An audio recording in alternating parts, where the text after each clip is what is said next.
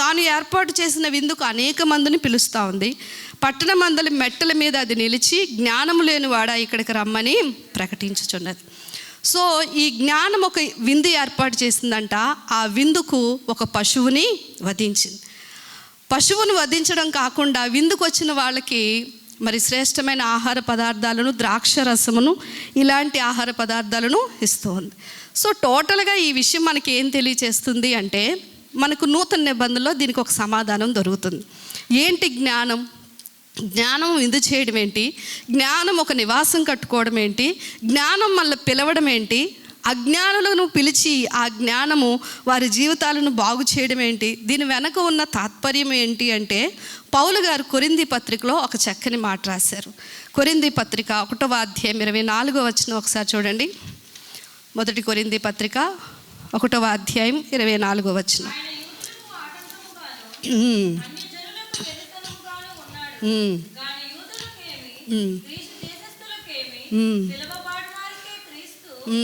చూడండి, క్రీస్తు దేవుని శక్తియు దేవుని జ్ఞానమై ఉన్నాడు.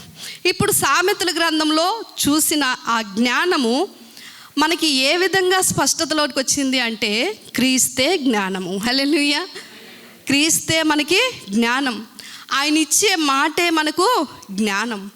మరి ఈ విందేంటి అంటే, యేసుక్రీస్తు వారిని గురించిన రక్షణ సువార్త. అది జ్ఞానం ఇచ్చే మాట. మనుషుల బ్రతుకులను మార్చి ఒక సవ్యమైన దిశలో నడిపించే మాట. మీరు అక్కడ చేయబడిన విందు ఏంటి అంటే, మీరు ద్రాక్షరసం అని ఉంటుంది, ఆహార పదార్థాల భోజన పదార్థాలను ఉంటుంది, దేవుని బిడ్డలారా, పశువును వధించి అని ఉంటుంది. ఈ జ్ఞానం మనకి రావడానికి దేవుడు ఏం చేశాడు అంటే, యేసుక్రీస్తును ఒక బలి పశువుగా ఈ లోకానికి పంపించాడు. ఆ యేసు ప్రభు ద్వారా ఈ యొక్క సంఘానికి దేవుడిచ్చిన గొప్ప ఆధిక్యత ఏంటి అంటే, ఒక విందు ఏర్పాటు చేస్తున్నాడు ఆయన. ఆ విందే మనం ప్రతి వారం ఆచరించే రొట్టె ద్రాక్షరసమైన బల్లారాధన. ఇక్కడికి వచ్చిన మనం ఎందుకు వస్తున్నాము అంటే, ఆ జ్ఞానం ఏంటో తెలుసుకోవడానికి మనం వస్తున్నాం. అసలు జ్ఞానం అంటే ఏంటి? సరే, దేవుడు యేసు ప్రభువే జ్ఞానం. ఆ జ్ఞానాన్ని మనం ఎలా పొందుకోవాలి అంటే, గమనించండి, యేసుక్రీస్తు వారిని వాక్యం ఏమంటుంది అంటే, ఆ వాక్యము శరీరధారిగా ఈ లోకంలోనికి వచ్చాను, కృపాసత్య సంపూర్ణంగా ఆయన మన మధ్య నివసి. వాక్యం వేరు, యేసుక్రీస్తు వారు వేరు కాదండి. వాక్యం మనతో మాట్లాడే ప్రతిసారి మనం ఏమనుకోవాలి అంటే, యేసు ప్రభు నాతో మాట్లాడుతున్నాడు. దేవుని మాటే వాక్యం. కనుక ఈ రెండింటిని ఏమాత్రం వేరు చేయడానికి అవకాశం అనేది లేదు. అయితే ఈ దేవుని వాక్ సత్యాన్ని మన అనుదిన జీవితంలో ఒక నైపుణ్యత కలిగి అన్వయించుకోవటమే జ్ఞానం. ఈ మాట మళ్ళీ చెప్తాను. యేసును గూర్చిన ఈ సత్యం లేదా వాక్యాన్ని అనుదిన జీవితంలో నైపుణ్యతతో అన్వయించుకోవడమే జ్ఞానం. అంటే వాక్యాన్ని అన్వయించుకోవడానికి మనకేం కావాలి? జ్ఞానం కావాలి. ఎంతోమంది వింటున్నారు, ఆ జ్ఞాన మార్గంలోకి వస్తున్నారా? ఎంతోమంది వింటున్నారు, ఆ జ్ఞానవంతులుగా మారుతున్నారా అంటే లేదు. ఎందుకంటే వినుట మట్టుకు వింటున్నారు కానీ అన్వయించుకోవడం అనేది లేదు. కనుక ఈ మాటలను మనం అన్వయించుకున్నప్పుడే మన జీవితాలు అనేవి మార్చబడతాయి. దేవుని బిడ్డలారా, చాలా విషయాలు ఉన్నాయి. ఏ ఏ సందర్భంలో దేవుని వాక్యము ఈ భౌతిక జీవితంలో మనకి సహాయం చేస్తుంది అనేది చాలా విషయాలు ఉన్నాయి. కానీ నేను మనకు ఉపయోగపడే ఒక 4 విషయాలు మీ ముందుకు తీసుకొని వచ్చాను. సొలొమోను తన కుమారులకు బోధిస్తూ మనుషుల గురించి ప్రాముఖ్యంగా హెచ్చరించాడు.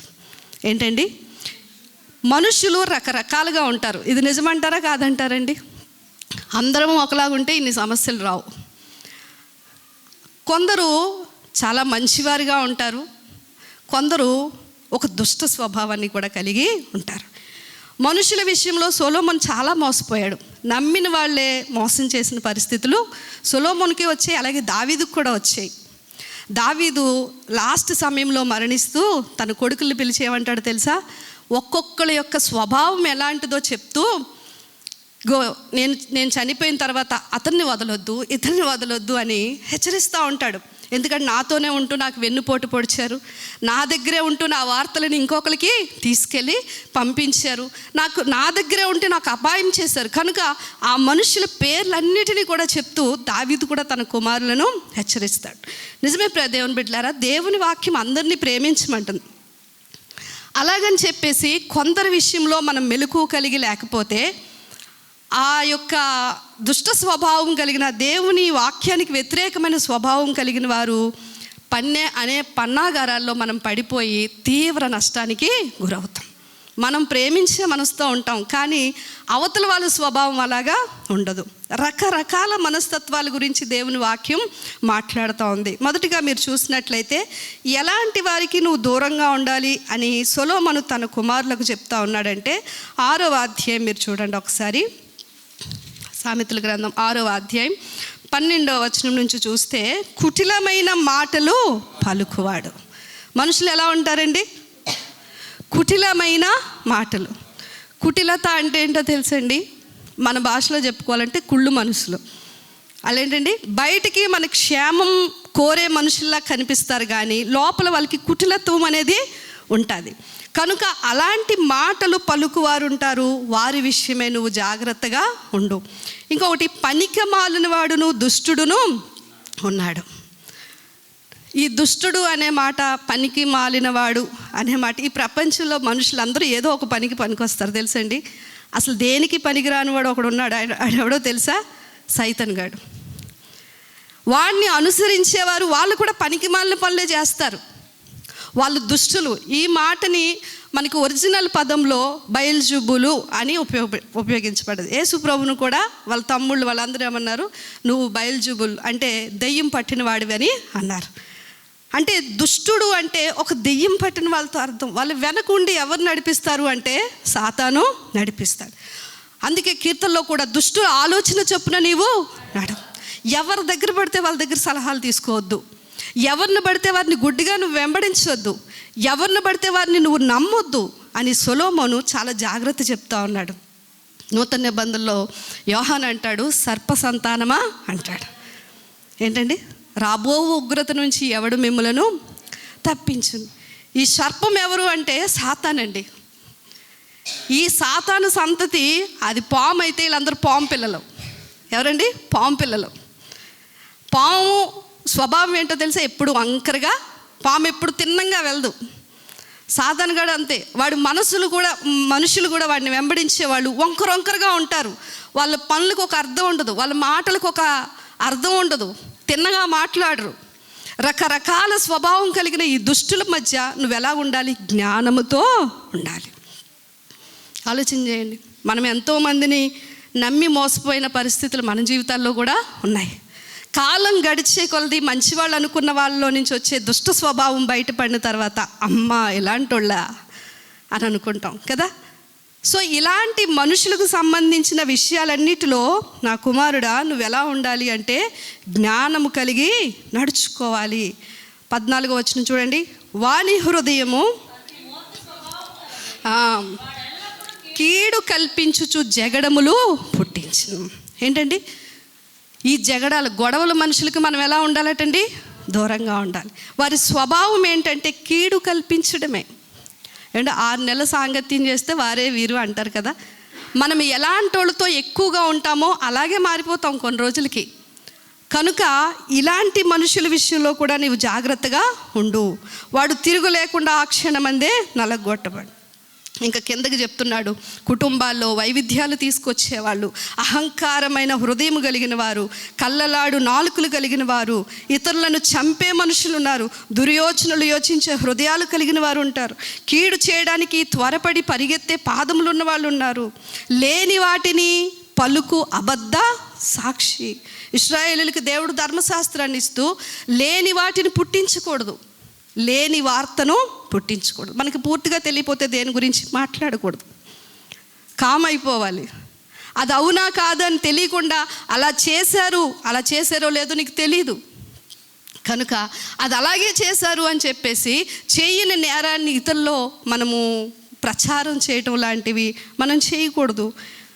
కనుక వీటన్నిటి విషయంలో చూడండి లాస్ట్కి అంటున్నాడు, నా కుమారుడా నీ తండ్రి ఆజ్ఞను గైకొనుము, నీ తల్లి ఉపదేశమును త్రోసివేయకము. కనుక దేవుని బిడ్డలారా, మనుషులందరూ ఒకలాంటి మనస్తత్వం కలిగి, కీర్తనాకారుడు అంటాడు మనుషులందరినీ దేవుడంట యథార్థవంతులుగానే సృష్టించాడంట.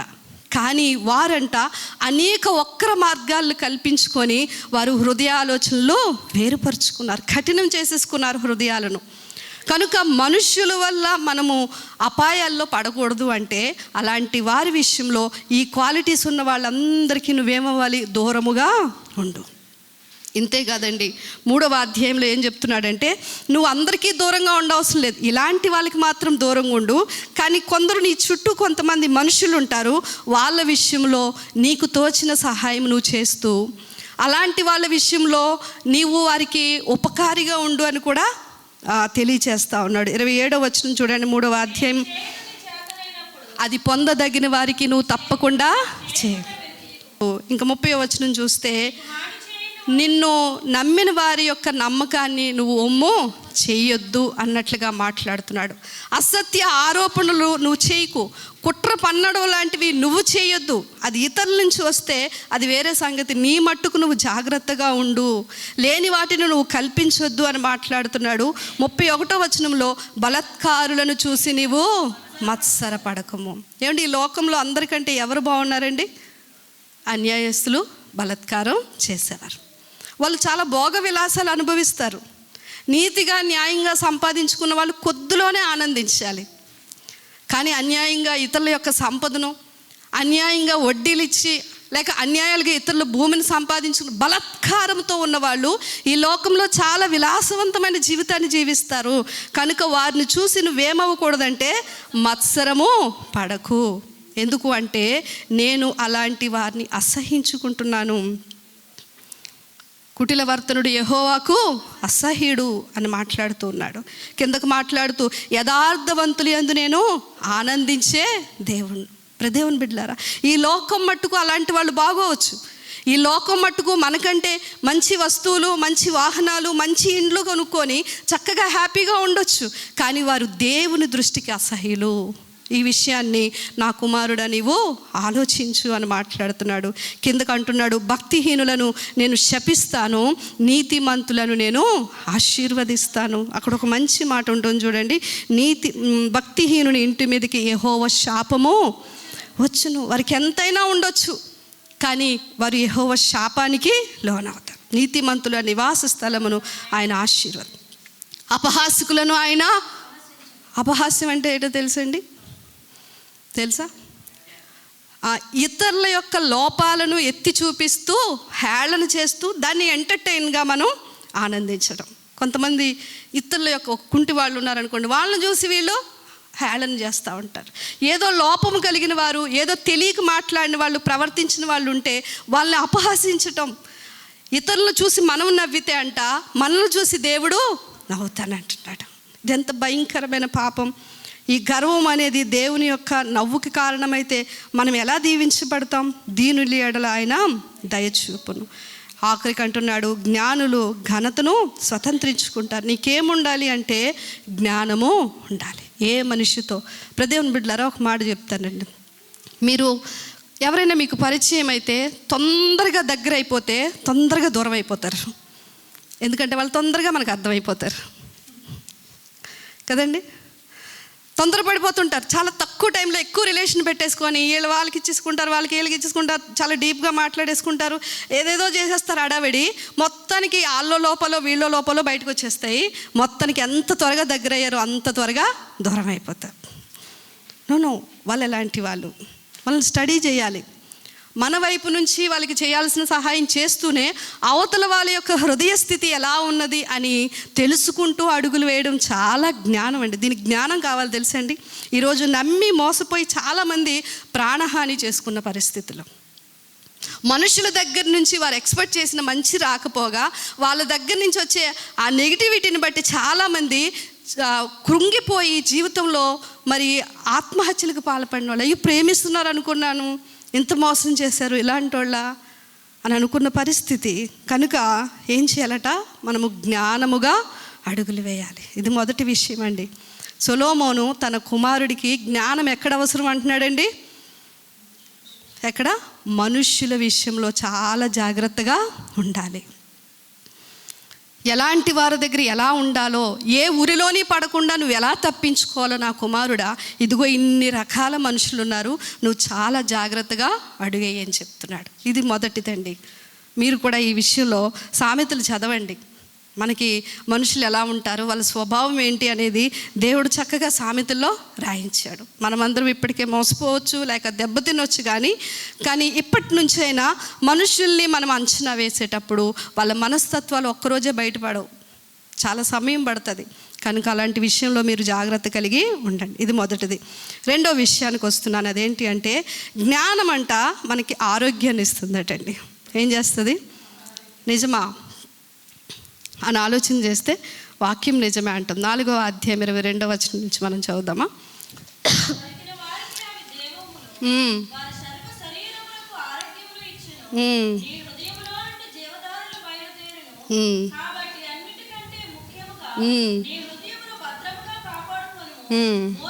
చాలండి. ఈ 2 వచనాలు 22, 23 ధ్యానిద్దాం. దొరికిన వారికి అవి జీవమును, వారి సర్వ శరీరమునకును ఆరోగ్యమును ఇచ్చును. నీ హృదయములో నుండి జీవధారలు బయలుదేరును, కాబట్టి అన్నిటికంటే ముఖ్యముగా నీ హృదయమును భద్రముగా కాపాడుకో. ఇప్పుడు దేవుని బిడ్డలారా, మన ఇంట్లో ఒక వాటర్ ట్యాంక్ పెడతాం పైన కదండి.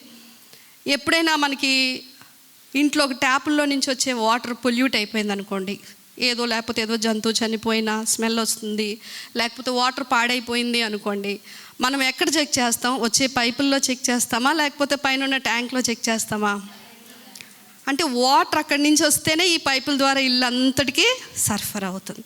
సొలొమోను కూడా చెప్తున్న మాట ఏంటి అంటే, నీ శరీరంలో ప్రతి అవయవము పాడైపోవడానికి మెయిన్ కారణం ఏంటి అంటే హృదయం. హృదయం బాగుంటే నీ సర్వ శరీరం ఎలా ఉంటుంది? బాగుంటుంది. అక్కడ కొన్ని మాటలు కిందకి మీరు చూస్తే నోటి గురించి మాట్లాడుతున్నాడు. 24వ వచనం పెదాల గురించి, కన్నుల గురించి, కన్ను రెప్పల గురించి, మార్గాలు అంటే నడిచే మన కాళ్ళ గురించి, వీటన్నిటితో పాటు పాదాలు, శరీరము, ఈ అవయవాలన్నిటి గురించి మాట్లాడుతున్నాడు. సో శరీరంలో ఉన్న ప్రతి అవయవము ఎఫెక్ట్ అయ్యేది దేని ద్వారా అంటే హృదయం ద్వారా. ఈ హృదయం పాడైపోతే శరీరం అంతా కూడా ఏమవుతుంది? పాడైపోతుంది. అదే హృదయం బాగుంటే శరీరం అంతా కూడా బాగుంటుంది. కనుక నా కుమారుడా, ముందు నువ్వు దేన్ని జాగ్రత్తగా కాపాడుకోవాలి అంటే నీ హృదయమును అన్నిటికంటే ముఖ్యముగా నీ హృదయంను భద్రముగా కాపాడుకో. దీనికి ఎందుకు జ్ఞానము అంటే దేవుని బిడ్డలారా, పాప స్వభావం వల్ల మన హృదయాలన్నీ పాడైపోయాయి. ఇర్మియా గారు అంటున్నారు, హృదయం అన్నిటికంటే ఘోరమైన వ్యాధి గలదు, దాన్ని గ్రహించగలవాడెవడు? అన్నిటికంటే కష్టమైన పరిస్థితి ఏంటంటే ఎవరి మనసులో ఏముందో తెలుసుకోవడం కష్టం. మనం చక్కగానే కూర్చుంటాం, మన హృదయంలో ఎలాంటి తలంపులు ఉంటాయో, ఎలాంటి ఆలోచనలు ఉంటాయో ఎవరికి తెలుసు అంటే ఎవరికీ తెలియదండి. దాన్ని గ్రహించగలిగేవాడు ఎవరు లేరు. కానీ గ్రహించే ఆయన ఉన్నాడు, ఆయన దేవుడు. హల్లెలూయా. కనుక ఆయన చూస్తున్నాడనే భయముతో ఆయన మాటలంట మన హృదయంలో ఉంచుకున్నప్పుడంట హృదయము బాగుంటే ఆటోమేటిక్గా శరీరం ఏమవుతుంది? బాగుంటుంది. అంటే మనసు బాగుందనుకోండి, ఆరోగ్యం బాగుంటుంది కదండి. మనసు పరిశుద్ధంగా ఉందనుకోండి, ఆధ్యాత్మికం బాగుంటుంది. సో మెయిన్ కీ ఎక్కడుంది అంటే హృదయంలోనే ఉంది. కనుక నీ సర్వ శరీరానికి ఆరోగ్యం ఇచ్చే జీవం అనేది ఎక్కడి నుంచి వస్తుంది? హృదయంలో నుండి వస్తుంది. కనుక దాన్ని జాగ్రత్తగా కాపాడు. ఏది పడితే అది వినొద్దు, ఏది పడితే అది మాట్లాడొద్దు. ప్రభువు కూడా అంటారు, ఒకడు హృదయం నిండిన దాన్ని బట్టి నోరు మాట్లాడుతుంది. నేను అలాగే మాట్లాడతానండి, నా మనసులో ఏమీ ఉండదంటే ఎవరిని నమ్మొద్దండి. మనసులో ఏది లేకుండా బయటికి రాదు. ఊరికే నోటితో ఎవరు మాట్లాడడం. మన మనసు ఏదైతే, సజ్జనుడు తన ధననిధిలో నుంచి అంట సద్విషయములను బయటికి తీసుకొని వస్తాడు, దుర్జనుడైతే తన ధననిధిలో నుంచి దుర్విషయాలను బయటికి తీసుకొని. మన హృదయ పరిస్థితిని బట్టే మన యాటిట్యూడ్ ఉంటుంది తెలుసా అండి. మన హృదయం మారితేనే మన క్రియలు మారుతాయి, మన హృదయం మారితేనే మన ఆలోచన మారుతుంది, మన హృదయం మారితేనే మన మాటలు మారుతాయి, మన హృదయం మారితేనే మన నడకలు మారుతాయి, మన హృదయం మారితేనే మన చేతలు మారుతాయి. ఇవన్నీ మారాలి అంటే ముందు ఏం మారాలి? హృదయం మారాలి. ఈ హృదయం మారలేనంతకాలం వాళ్ళు అలా చేస్తున్నారు, ఇలా అలాగే చేస్తారు. ఎందుకంటే లోపల హృదయం అనేది అలానే ఉంది. అందుకే హృదయాన్ని మనం ఏం చేయాలంట, జాగ్రత్తగా కాపాడుకోవాలి. ఒక మంచి పోలుకు కూడా వేస్తూ ఉంటాడు. తర్వాత ఇంకొక చోట ప్రాహారం లేని గోడ పట్టణము ఎలాంటిదో, మరి కాపు లేని అలాంటి హృదయం అలాంటిది అని అంటాడు. అంటే ఒక పట్టణం, మంచి పట్టణం కట్టి దానికి చుట్టూ ప్రహారీ కట్టకపోతే ఏమవుతుందండి, నక్కలు పాములు అన్నీ వచ్చేస్తాయి. అలాగే నీ హృదయాన్ని కూడా నువ్వు జాగ్రత్తగా కాపాడుకోవాలి, కంచె వేసి కాపాడుకోవాలి. ఎవ్రీడే నేను ఏం వింటున్నాను, ఏం చూస్తున్నాను, ఏం మాట్లాడుతున్నాను, ఏమి ఆలోచిస్తున్నాను అనేది మనం జాగ్రత్తగా కాపాడుకుంటే, ఇది కాపాడుకుంటే ఆటోమేటిక్గా మన జీవితం అంతా బాగుంటుంది. ఆరోగ్యం వస్తుంది, సంతోషం వస్తుంది, మనం హ్యాపీగా ఉంటాం, ఇతరులను కూడా మనము హ్యాపీగా ఉంచుతాం. ఇప్పుడు 2 విషయాలు మాట్లాడుకుందాం. 3వ విషయంలోనికి వద్దాం. సొలొమోను గారి సామెతలు 3వ విషయం ఇస్తున్నా మనకు ఒక జ్ఞానం. ఇంకొక విషయంలో మనకి జ్ఞానం ఉండాలి. అదేంటి అంటే పేదరికాన్ని తప్పించుకోవడంలో మనకి జ్ఞానం ఉండాలటండి. ఎందులో ఉండాలి? పేదరికాన్ని. దేవుని బిడ్డలారా, ఇది 6వ అధ్యాయంలో మీకు 1 నుంచి 11 వచనాల్లో ఉంటుంది. 1 నుంచి 5 వచనాలు పేదరికానికి 2 కారణాలు ఉన్నాయి అన్నట్లుగా సొలొమోను రాస్తూ ఉన్నాడు. అందులో మొదటి కారణం ఏంటి అంటే, సంపాదిస్తారు కానీ సంపాదించిన సంపాదన అనవసరమైన నష్టాలకు వెళ్ళిపోవడం ద్వారా వారు పేదరికంలోకి వెళ్ళిపోతారు అని మొదటి పాయింట్ చెప్తున్నాడు. ఇది 1 నుంచి 5 వచనాల్లో. ఇంకా 6వ వచనం నుంచి 11వ వచనం వరకు చెప్పే విషయం ఏంటి అంటే, అసలు సంపాదనకే నోచుకొని జీవితం. ఈ రెండిటి వల్ల, ఒకటి సంపాదిస్తున్నారు, అది అనవసరమైన నష్టాలకి గురవ్వడం ద్వారా పేదరికం వస్తుంది. రెండోది ఏంటి అంటే, అసలు సంపాదనకే నోచుకొని జీవితం, ఇంకా దానివల్ల దారిద్ర్యం వస్తుంది. ఈ 2 విషయాల్లో మనం ఎలా మెలకువ కలిగి ఉండాలి అని సొలొమోను చెప్తా ఉన్నాడు. అంటే 6వ అధ్యాయము మీరు 1వ వచనం చదవండి. నా కుమారుడా, నీ చెలిక నీ కొరకు పూట పడిన ఎడల, పరుని చేతిలో నీవు చేయి వేసిన ఎడల, నీ నోటి మాటల వల్ల నీవు చిక్కబడి ఉన్నావు, నీ నోటి మాటల వల్ల పట్టబడి. నా కుమారుడా, నీ చెలికాని చేత చిక్కబడి ఉన్నావు, నీవు త్వరపడి వెళ్ళి విడిచిపెట్టమని నీ చెలికాన్ని బలవంతము చేయము. ఫైనాన్షియల్ విషయాల గురించి మాట్లాడుతున్నాడు, ఆర్థిక సంబంధమైన విషయాలు. ఇక్కడ 1 నుంచి 5 వచనాల్లో ఒక ప్రమాదం వల్ల మనం నష్టపోతున్నాం. అది ఏంటి అంటే, హామీ ఉండడం అంటారు తెలుసండి. మధ్యలో ఉండటం, హామీ సంతకాలు పెడతా ఉంటారు, పూచి ఉండటం అంటారు. ఇలాంటి మాటలు మీరు ఒకసారి మీ యొక్క మనలోనికి తెచ్చుకుంటే విషయం మీకు అర్థమవుతూ ఉంటుంది. మరి పొరుగువారికి సహాయం చేయొద్దా అంటే, ఎవరైనా మనల్ని అడిగినప్పుడు మధ్యలో ఉండి సంతకం పెట్టడం తప్ప అంటే, ఈ విషయంలో కూడా మనకి జ్ఞానం కావాలంట. ఇశ్రాయేలీలకి దేవుడు కొన్ని కట్టడలను విధిస్తూ కొన్ని మాటలు చెప్పాడు. మీరు ఒకసారి అవి చదవండి, ఎవరి విషయంలో మీరు ఎలా ఉండాలి అనేది. నిర్గమాకాండం 22వ అధ్యాయం 25వ వచనం త్వరగా చదవండి. నిర్గమాకాండం 22వ అధ్యాయం 25వ వచనం.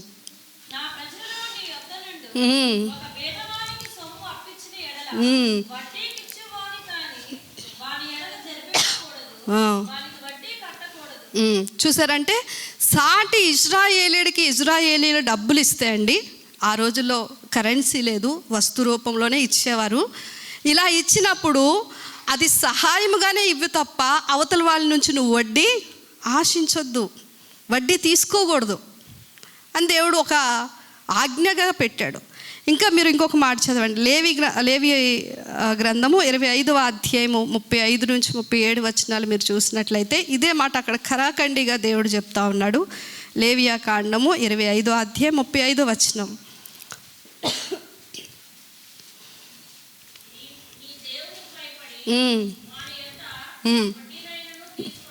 చూసారండి, దేవుడు ఏమన్నాడు అంటే, మనమంట వడ్డీకి తీసుకోకూడదు. ఇది కీర్తనాకారుడు కూడా, నీతిమంతుడు తన ద్రవ్యమును వడ్డీకి ఇవ్వడు అంటున్నాడు. నూతన నిబంధన అయితే వడ్డీ వ్యాపారస్తుడు దేవుని రాజ్యానికి అక్రమార్కులు లేకపోతే అన్యాయంగా వసూలు చేసేవాళ్ళు దేవుని రాజ్యాలకు వారసులు కారని దేవుడు ఖరాఖండిగా మాట్లాడుతూ ఉన్నాడు. కానీ ఇశ్రాయేలీలకి దేవుడు ఒక చిన్న షరతు ఇచ్చాడు. అదేంటి అంటే, నువ్వు సాటి ఇశ్రాయేలీల దగ్గర వడ్డీ తీసుకోకూడదు, కానీ అన్యులైన వారికి ఏదైనా నువ్వు ఒకవేళ కరెన్సీ రూపంలో కాకపోయినా ఏదైనా వస్తువు ఇస్తే వ్యాపారం నిమిత్తము అవతల వాళ్ళ దగ్గర అంటే శృతి మించిన వడ్డీలు అంటారు కదా, ఇప్పుడు చూస్తే 5 రూపాయలు 10 రూపాయలు వడ్డీలు. ఇలాంటి పరిస్థితి మీకు రాజుల గ్రంథం 2వ రాజుల గ్రంథము 4వ అధ్యాయంలో మీరు చూస్తే ఒక ప్రవక్త భార్య విషయంలో ఇలాంటిది ఏర్పడింది. ఈ ప్రవక్త భార్యకి 2 పిల్లలుంటే వీళ్ళు అప్పు చేశారట. అప్పు తీర్చకపోవడం వల్ల అప్పులు వాళ్ళు వచ్చి 2 పిల్లలు తీసుకుని వెళ్ళిపోతానంటున్నారు. అంత అన్యాయం అనమాట ఆ రోజుల్లో. ఈ రోజుల్లో కూడా అలా ఉన్నారు కదండి. వడ్డీలకి ఇచ్చి వడ్డీలు కట్టలేకపోతే, అప్పులు తీర్చలేకపోతే ఇళ్ళు స్వాధీనం చేసుకున్న వాళ్ళు ఎంతమంది లేరు, ఆ బంగారాలు ఉంచేసుకున్న వాళ్ళు ఎంతమంది ఉండట్లేదు కదండి. ఇలాంటివి బ్యాంక్ వాళ్ళు కూడా ఇల్లు సీల్ చేసేస్తారంటారు కదా, ఇలాంటివన్నీ జరుగుతూ ఉన్నాయి. ఇది అన్యాయమైన పద్ధతి కనుక చాలా పరిమితితో కూడిన, మరి అది ఏ విషయంలో వాళ్ళ దగ్గర తీసుకోమన్నాడో నాకైతే తెలియదు కానండి.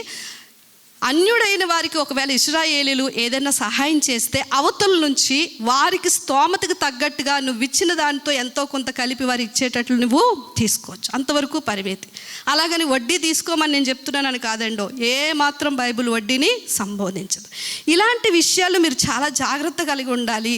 ఈ ప్రవక్త భార్య ఎలీషా దగ్గరికి వస్తుంది, అయ్యా పిల్లల్ని తీసుకొని వెళ్ళిపోతున్నారు, అప్పు తీర్చలేకపోతున్నాను, ఏం చేయాలి అన్నప్పుడు ఎలీషా మరి ఆ పాత్రలను తెచ్చి నూనె నింపమంటాడు. ఆ నూనెని దేవుడు దీవిస్తే ఆ నూనె అమ్మి వారి అప్పులను తీర్చుకుంటారు. ఆ రోజే కాదు, ఈ రోజు కూడా అలాంటి పరిస్థితులు ఉన్నాయి. అయితే దైవిక జనాంగంగా మనం ఏం చేయాలంట, నీ సాటి లేక నీ పొరుగువాడికి ఒకవేళ నువ్వు పూచి ఉంటే, హామీ ఉంటే నువ్వేం చేయాలంట. మీరు గమనించండి దేవుని బిడ్డలారా, పాస్టర్ గారు వాళ్ళ ఫ్రెండ్ ఒక ఆయన రెగ్యులర్గా ప్రార్థన చేయమని అడుగుతారండి. కడపలో ఉంటారు ఆయన. చాలా ఎన్నోసార్లు ఆ సహోదరుడు చనిపోవాలనుకున్నాడండి. మేము ప్రార్థన చేసాం. ఏంటో తెలుసా, మధ్యలో ఉండి తన ఫ్రెండ్కి లోన్ ఇప్పించాడంట. అది 40 లక్షలు 50 లక్షలు చాలా బిగ్ అమౌంట్ అనమాట. ఇప్పుడు ఆ ఫ్రెండ్ అన్నాడు ఫోన్ స్విచ్ ఆఫ్ చేశాడు. ఇప్పుడు బ్యాంక్ వాళ్ళు వచ్చి ఎవరిని అడుగుతారు, ఈయన్ని అడుగుతున్నారు. ఏమమ్మి ఇవ్వాలి, ఎంత సంపాదిస్తే అంత అప్పు తీర్చగలడు. ఇలాంటి పరిస్థితుల్లో నువ్వు విరుక్కోవద్దు అని ఇక్కడ దేవుడు మాట్లాడుతున్నాడు. ఒకవేళ ఒకవేళ పొరపాటున ఇప్పటికే ఎవరైనా సంతకాలు చేసున్నా, అలాంటి అధిక వడ్డీల యొక్క దీనిలో మీరు పడిపోయినా, ఇక్కడ ఒక జాగ్రత్త చెప్తా ఉన్నాడు. ఏంటో తెలుసా, నీవు త్వరగా పడి వెళ్ళి విడిచిపెట్టమని నీ చెలికాన్ని బలవంతం చేయి. వెంటనే నువ్వు నిద్ర కూడా పోవద్దు, ఒక నైట్ కూడా నువ్వు వెయిట్ చేయొద్దు. లేదంటే వేటకాని చేతిలో నుండి పక్షి తప్పించుకున్నట్లు, ఎరుకువాని చేతిలో నుండి పక్షి తప్పించుకున్నట్లు తప్పించుకో. నీ సంపాదన నష్టానికి వెళ్ళిపోవడం ఏంటి, ఎవరో చేసిన అప్పుకి నువ్వు వడ్డీలు కట్టడం ఏంటి, ఎవరో చేసిన తప్పుకి నువ్వు మధ్యలో బలైపోవడం ఏంటి, నీ పిల్లలు, నీ భార్య, నీ కుటుంబం నష్టపోవడం ఏంటి. ఇలాంటి విషయాలు జ్ఞానం కలిగి ఉండండి. ఈరోజు ఇలాంటివి ఎక్కువైపోతున్నాయండి. మధ్యలో ఉండి నష్టపోయిన వాళ్ళు, నమ్మి నష్టపోయిన వాళ్ళు, ఇలాంటి విషయాల్లో జాగ్రత్త. దీనివల్ల మనం ఆర్థికంగా పేదరికంలోనికి వెళ్ళే పరిస్థితి ఉంది. అలాగని ప్రియ దేవుని బిడ్డలారా, ఎవరికి సహాయం చేయొద్దని కాదండి. యెషయా గ్రంథం 58వ అధ్యాయం 7వ వచనం అంటుంది, నీ యొక్క రక్త సంబంధికి నీ ముఖము తిప్పుకోవద్దు అంటుంది. నీ రక్త సంబంధి, నీతో పాటు పుట్టిన వాళ్ళు ఎవరైనా నీ దగ్గర ఏదైనా ధనం ఉన్నప్పుడు నిన్ను అడిగితే రేపిస్తాను, తర్వాత ఇస్తాను అని నువ్వు వాయిదా వేయొద్దు. అలాంటి వారికి నువ్వు సహాయం చేయి, మొహం తిప్పుకోవద్దు. కానీ నిన్ను ఎరగని వారి విషయంలో, నీకు తెలియని వారి విషయంలో వాళ్ళు ఇస్తారో తీరుస్తారో లేదో, ఎక్కడుంటాడో ఫోన్ ఆపేస్తే పరిస్థితి ఏంటి, వాళ్ళ అడ్రస్ ఏంటి, ఎక్కడికి వెళ్ళి తెలుసుకోవాలి. ఇలాంటి వారి విషయంలో చాలా జాగ్రత్తగా ఉండు. లేదంటే నీ సంపాదన నష్టపోయి పేదరికంలోనికి వచ్చేస్తావు. ఇది మొదటి విషయం అండి. రెండవ ప్రమాదం ఏంటంటే పేదరికానికి దారి తీసేది 6వ వచనం మీ అందరికీ తెలుసు, సోమరి చీమల యొద్దకు వెళ్ళు, వాటి నడతలను కనిపెట్టి జ్ఞానము తెచ్చుకొను. వాటికి న్యాయాధిపతి లేకున్నాను, పై విచారణకర్త లేకున్నాను, అధిపతి లేకున్నాను, వేసవి కాలమును బంధు ఆహారము. ఇక్కడ చెప్తా ఉన్నాడు, మీరు గమనించండి, అన్నిటినీ సోమరితనం అని అనలేమండి. సోమరితనము అంటే ఏంటో తెలుసండి, బాధ్యత రాహిత్యం. ఏంటండి, బాధ్యత రాహిత్యం. కష్టపడి పెంచాలి, పోషించాలి, కానీ బాధ్యత లేదు, ఇంట్లోనే ఉండిపోతారు. దాన్ని ఏమంటారు, సోమరితనమేనా. చదువుకోవాలి, ఆ వయసులో వెళ్ళాలి తప్పకుండా. సోమరితనం వల్ల చేయాల్సిన బాధ్యత. ఉద్యోగాలు వస్తాయి కొంతమందికి, మంచి మంచి ఉద్యోగాలు కూడా కోల్పోతారు తెలుసండి, సోమరితనం, వెళ్ళలేక చేయలేక. కొంతమంది ఈ ఉద్యోగం కాకపోతే ఆ ఉద్యోగం అలాగా షిఫ్ట్ అయిపోతూ ఉంటారు. ఎందుకంటే ఇక్కడ పని ఎక్కువ, అక్కడ పని ఎక్కువ, అక్కడ పని ఎక్కువ. మనకి దేవుడు ఎక్కడ ఇచ్చాడో అక్కడ కొంతకాలం దేవుని వాక్యం ఉంటుంది, చిన్న వాటిలో నువ్వు నమ్మకంగా ఉండే అట్లా గొప్ప వాటి మీద దేవుడు నిన్ను నియమిస్తాడు అని. బాధ్యత రాహిత్యం వల్ల చాలామంది పని చేయరు. అది స్త్రీలైనా పురుషులైనా ఎవరి బాధ్యతలు వారు నిర్వర్తిస్తే అది ఏమాత్రం సోమరితనము అవ్వదండి. ఇక్కడ మరొక మాట ఏంటంటే తీరిక లేకుండా పని చేయడము అనేది కాదండి. కొంతమంది సోమరితనంగా ఉండకూడదని రెస్ట్లెస్గా పనిచేసేస్తారు. అప్పుడు మన శరీరం ఏమవుతుంది? 40 సంవత్సరాలు ఉండాల్సిన 20 సంవత్సరాల్లోనే ముసలోళం అయిపోతాం. కనుక రెస్ట్లెస్గా ఉండమని కాదు, కానీ నువ్వు ముందు చూపుతో పని చెయ్యి, భవిష్యత్ అవసరాలను దృష్టిలో పెట్టుకొని పని చేయాలి. ఈ విషయం చెప్తున్నాడు. చీమలంట రాబోయే వేసవి కాలం కొరకు ముందుగానే సిద్ధపరచు. అంటే ఒకవేళ నాకు ఈ అవసరం రావచ్చు, ఈ కాస్త ఇప్పుడు వ్యర్థపరిచే కంటే దీన్ని సేవ్ చేద్దాం. ఇప్పుడు నాకు దేవుడిచ్చిన ఈ సమయంలో కష్టపడదాం. ఆరోగ్యము వయసు ఉన్నప్పుడు నేను కాస్త సంపాదిస్తే అది నాకు తర్వాత కాలంలో ఉపయోగపడుతుంది. ఇలాంటి జ్ఞానం ఉంటే నువ్వు ఆర్థికపరమైన చిక్కుల్లో పడవు. ఈ 2 విషయాలు 2 మాట్లాడుకున్నాం. ఒకటి ఏంటండి, సంపాదిస్తాం కానీ అనవసరమైన ఖర్చులు కూడా కాదు, నష్టాలు. ఖర్చు పెట్టుకోవడం వేరు. ఎవరి కోసమో నువ్వు నష్టపోతే అది పేదరికంలోకి నెట్టేస్తుంది. రెండవది ఏం చేస్తుంది అంటే అసలు సంపాదనకే నోచుకోని జీవితాలు. చిన్నదైనా అంటే కూర్చొని తింటే కొండలైనా తరుగుతాయని ఒక సామెత అంటారు కదండి. మనం నెల వచ్చే జీతం ఉంటే తర్వాత మనకు ఆస్తులు ఉంటే ప్రస్తుతం ఇది తింటాం, అవి ఎప్పుడో ఆపదలో ఆదుకుంటాయి. కొంతమంది ఎలా అంటే మా నాన్న సంపాదించాడు, మా తాత సంపాదించాడు, మాకు తరగనంత ఉందని కూర్చొని తింటూ ఉంటే అవి అమ్ముకోవడమే. అవి పెద్దలు చెప్పిన మాట ఎప్పుడు కూడా అది వ్యర్థం కాదు, అది గమనించాలి. కూర్చొని తింటే ఎంతైనా తరిగిపోతుంది. సో ఇలాంటి విషయాల్లో మనకేం కావాలటండి? జ్ఞానం కావాలి. ఆ జ్ఞానం దేవుని వాక్యం మాత్రమే మనకి ఇస్తుంది. సో సోమరులుగా ఉండొద్దు, లేక అనవసరంగా ఇతరుల యొక్క మధ్యవర్తిత్వాన్ని వహించి నష్టపోవద్దని చెప్తున్నాడు. 3 విషయాలు మాట్లాడుకున్నాం కదండి, చెప్పండి ఒకసారి. మొదటి విషయం, మనుషుల విషయంలో వారితో ఎవరితో బంధంతో ఉండాలి, ఎవరికి దూరంగా ఉండాలి. రెండవది, దేవుని వాక్యము మన హృదయంలో ఉన్నప్పుడు అది మన సర్వ శరీరానికి ఆరోగ్యం ఇస్తుంది, మన జీవితానికి అది క్షేమాన్ని ఇస్తుంది అని మాట్లాడుకున్నాం. 3వ విషయం, పేదరికాన్ని తప్పించుకోవడంలో జ్ఞానం పాత్ర అనేది మనకి కావాలి. 4వ విషయం ఏంటి అంటే చూడండి ఒకసారి. 4వ విషయం 4వ అధ్యాయం 10 నుంచి 19 వచనాలు మీరు చూసినట్లయితే,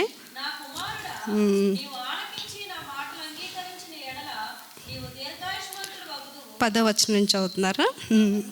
ఇక్కడ సొలొమోను 2 విషయాలు మాట్లాడుతున్నాడు. 10 నుంచి 13 వచనాల్లో జ్ఞాన మార్గం గురించి చెప్తున్నాడు. అలాగే 14 నుంచి 17 వచనాల్లో దుష్ట మార్గం గురించి చెప్తున్నాడు.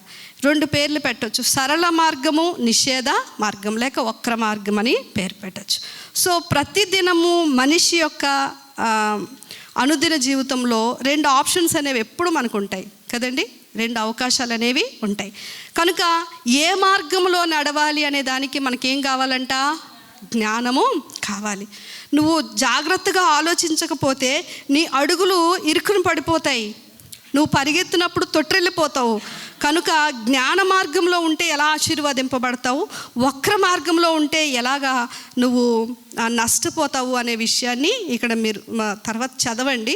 ఈ విషయాలు ప్రదేవన్ బిడ్డలారా, నేను వీటి యొక్క ఉపయోగాలు మాత్రం మీకు చెప్తాను. మొదటిగా ఈ జ్ఞాన మార్గం అంటే ఎలా ఉంటుందని మాట్లాడుతున్నాడు. చూడండి ఒకసారి 18వ వచనం, పట్టపగలగు వరకు వేకువ వెలుగు తేజరిల్లినట్లు నీతిమంతుని అంతకంతకు తేజరిల్లు.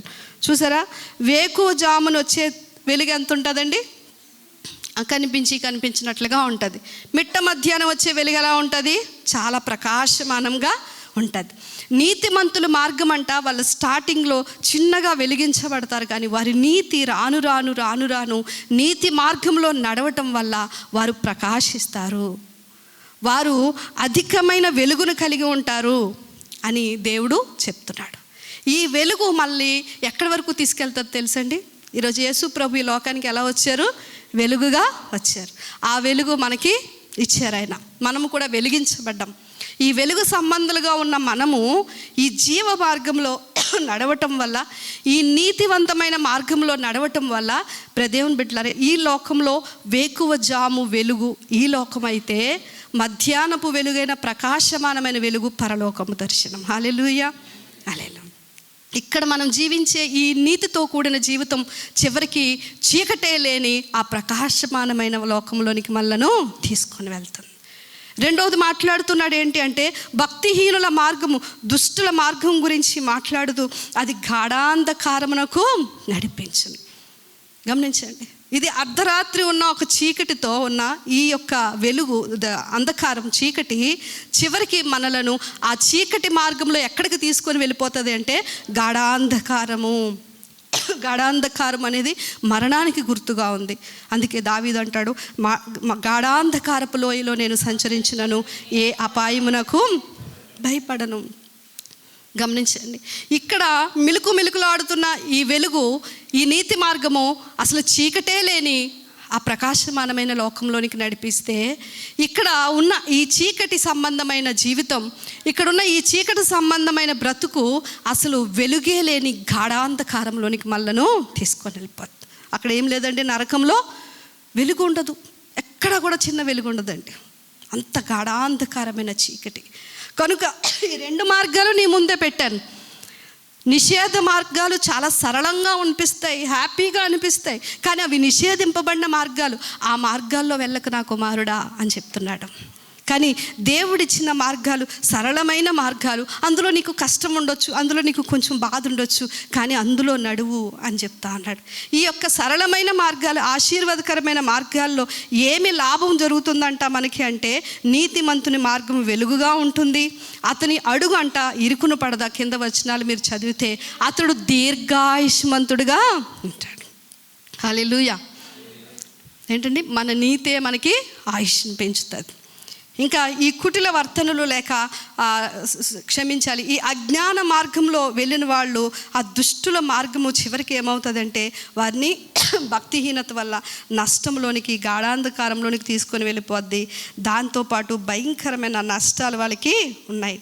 చూడండి, కనుక దేవుడు మాట్లాడుతున్న ఈ రెండు మార్గాల్లో అనుదిన జీవితంలో ఎలా నడవాలి, ఏది చేస్తే ఏం జరుగుతుంది, ఇప్పుడు చేసే ప్రతి పనికి నిత్యత్వంలో వచ్చే ఫలితం ఏంటి అని మనం ఆలోచించుకొని వివేచించి నడవగలగడమే జ్ఞానం. ఏది చేసినా ఇక్కడ మళ్ళీ ఎవరు అడగరండి. పౌలు అంటాడు, అన్నీ చేయడానికి నాకు స్వాతంత్ర్యం ఉంది, కానీ అన్నీ చేయదగినవి కాదు కదా. నేను తాగుతాను అంటే నువ్వు తాగు, నిన్ను ఎవరు అనరు, నీకు ఫ్రీడమ్ ఉంది. దేవుడు నీకు స్వేచ్ఛ కలిగిన ఆ స్వతంత్రాన్ని ఇచ్చాడు. కానీ అందులోనే ఉంటే దాని యొక్క పర్యవసనం ఏంటి?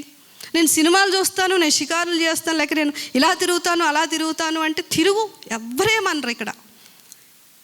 కానీ దాని పర్యావసనం అంటూ ఒకటి ఉంది. అనుదిన జీవితంలో ఇది చేస్తే ఏమవుతుంది, ఇది చేస్తే ఏమవుతుంది, ఇలా వివేచించి నడవటమే జ్ఞానం. దీనికి జ్ఞానం కావాలని బోధిస్తూ ఉన్నాడు. దేవుని బిడ్డలారా, 4 విషయాలు కనుక మీరు ఒకసారి చెప్పగలిగితే మనం ముగింపులోనికి వెళ్ళిపోదాం. ఒకసారి చెప్పండి. మనుషుల విషయంలో మనకేం కావాలి? జ్ఞానం కావాలి. రెండవది, మన ఆరోగ్యాన్ని, మన జీవితాన్ని ఆనందంగా గడపాలి అంటే మనకి జ్ఞానము కావాలి.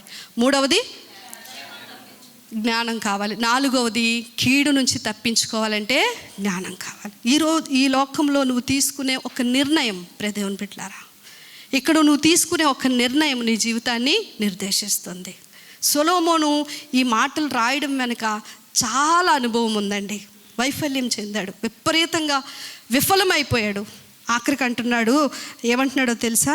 జ్ఞానము సంపాదించుటయే జ్ఞానమునకు ముఖ్య అంశం అని చెప్తూ ఈ మాట మీరు గుర్తుపెట్టుకోండి. 4వ అధ్యాయం 7వ వచనములో, నీ సంపాదన అంతయు ఇచ్చి బుద్ధి సంపాదించుకో. ఏం చేయాలండి? బుద్ధి ఎందుకంటే ఆ జ్ఞానమే నిన్ను కాపాడుతుంది అని అంటాడు. ఆ జ్ఞానం వల్లే నువ్వు బ్రతుకుతావు అని అంటాడు. చూడండి, 4వ వచనం కింద, నా ఆజ్ఞలను గైకొనిడి ఎడల నీవు నీ జ్ఞానము సంపాదించుకొనుము, బుద్ధి ఈ మాటలన్నీ మీరు చదవండి ఫస్ట్ నుంచి, ఇంటికి వెళ్ళి వీలైతే ఒకసారి. దాన్ని నువ్వు కౌగలించుకో, అది నీకు ఘనతను తెస్తుంది. అది నీ తలకు అందమైన మాలిక కట్టును, ప్రకాశమానమైన కిరీటము నీకు దయచేయు. నా కుమారుడా, నా కుమారుడా, నీవు ఆలకించి నా మాటలను అంగీకరించు. ఈరోజు దేవుడు మనతో మాట్లాడుతున్నాడు. నా కుమార్తె, నా కుమారుడా, జ్ఞానమై ఉన్న క్రీస్తును మీరు అంగీకరించగడికి వచ్చి ఉన్నారు. కానీ అనుదిన జీవితంలో ఆ జ్ఞానమైన దేవుని వాక్యాన్ని మనం అన్వయించుకొని నడవటం వల్ల మన జీవితంలో ఎలాంటి ప్రమాదంలో పడకుండా, ఈ లోకంలోనూ తర్వాత నిత్యత్వంలో కూడా మనకి ఎటువంటి డోకా లేని జీవితాన్ని దేవుని వాక్యము వాగ్దానం చేస్తూ ఉంది. సొలొమోను ఎంతో సంపాదించాడండి దేవుని బిడ్డలారా. అతని యొక్క సంపాదన స్వర్ణయుగం అంటారు. అతను నిజంగా తన కొరకు ఎన్నో సంపాదించుకున్నాడు, ఏవేవో ప్రయత్నాలు చేశాడు, కానీ మనుష్య జ్ఞానంతో తను నష్టపోయాడు. చివరికి అంటున్నాడు కదా, ఈ మనుషుల జ్ఞానము వ్యర్థం. ప్రసంగిలో అంటాడు, జ్ఞానుల జ్ఞానం వ్యర్థమైపోయింది. జ్ఞాని ఏమాయను, శాస్త్రి ఏమాయను, ఈ లోకపు తర్కవాది ఏమాయను. ఎందుకు పనికి వచ్చింది లోక జ్ఞానం?